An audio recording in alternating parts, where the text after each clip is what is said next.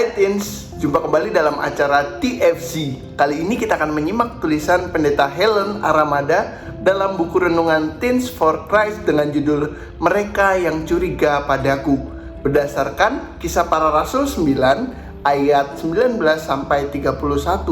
Bersama saya, Sema Krishna Wiyata Aji dari GKI Sutopo. Sebelum kita merenungkan firman Tuhan, mari kita satukan hati kita berdoa. Tuhan Allah Bapa kami yang penuh pengasih, mengucap syukur atas segala rahmat dan kasih setia yang telah Kau berikan kepada kami. Hari ini kami akan merenungkan firman-Mu. Berkati setiap kami agar kami dapat mengerti dan melakukan firman-Mu dalam kehidupan kami sehari-hari. Amin. Nah, teman-teman, yang menjadi pusat perenungan kita pada hari ini adalah kisah Saulus yang ingin bersama-sama tinggal dengan murid-murid Yesus. Setibanya Saulus di Yerusalem, mereka pada saat itu ingin menggabungkan dirinya kepada murid-murid Yesus. Tetapi semua takut kepada Saulus karena mereka tidak dapat percaya bahwa ia adalah seorang murid. Pernah nggak teman-teman merasa dicurigai? Curiga adalah rasa tidak percaya, bahkan disertai dengan menaruh prasangka buruk terhadap sesama. Misalnya teman kita kehilangan barang berharga ya, terus pasti ketika kita ada di tempat yang sama, kita juga akan dicurigai oleh teman-teman kita. Nah, atau ketika kita memiliki relasi, kita mengenal orang yang jahat gitu ya, pada teman kita yang kehilangan, pasti kita yang dituduh pertama karena kita memiliki relasi dengan orang jahat itu. Nah, teman-teman, perasaan dicurigai itu rasanya tidak nyaman jika ada orang yang menaruh curiga kepada diri kita. Perasaan dicurigai atau tidak dipercaya juga dialami oleh Paulus di masa awal pertobatannya. Alkitab mencatat namanya Saulus sebelum kemudian ia dikenal dengan nama Paulus. Pada saat itu, ia telah percaya kepada Tuhan Yesus.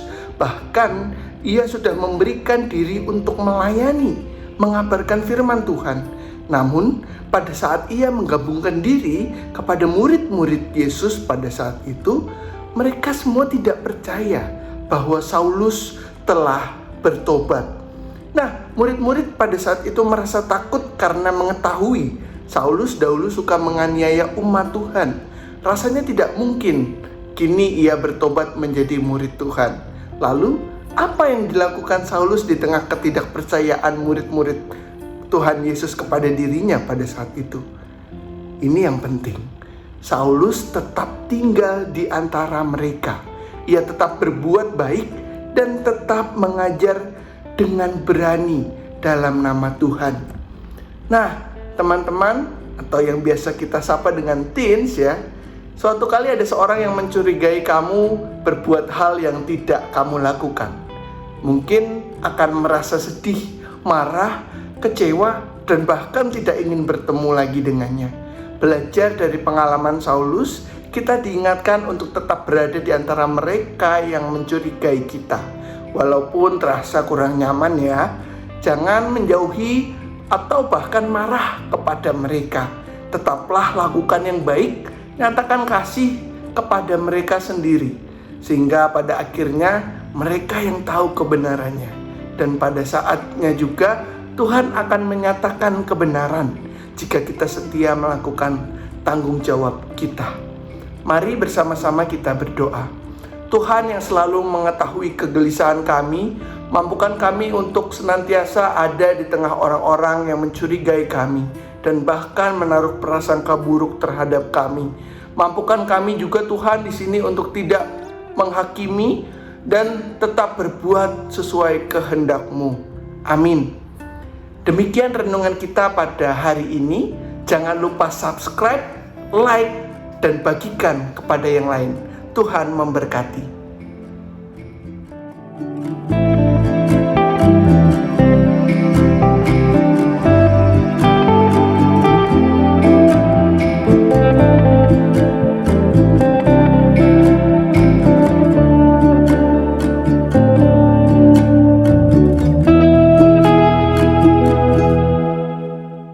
Sahabat, Mari dukung pelayanan dan pekabaran Injil melalui YKB dengan membagikan link acara ini kepada sebanyak mungkin orang. Dukungan juga dapat saudara lakukan dengan mentransfer dukungan finansial ke rekening BCA ke nomor 450 305 2990 450 305 2990 atas nama Yayasan Komunikasi Bersama.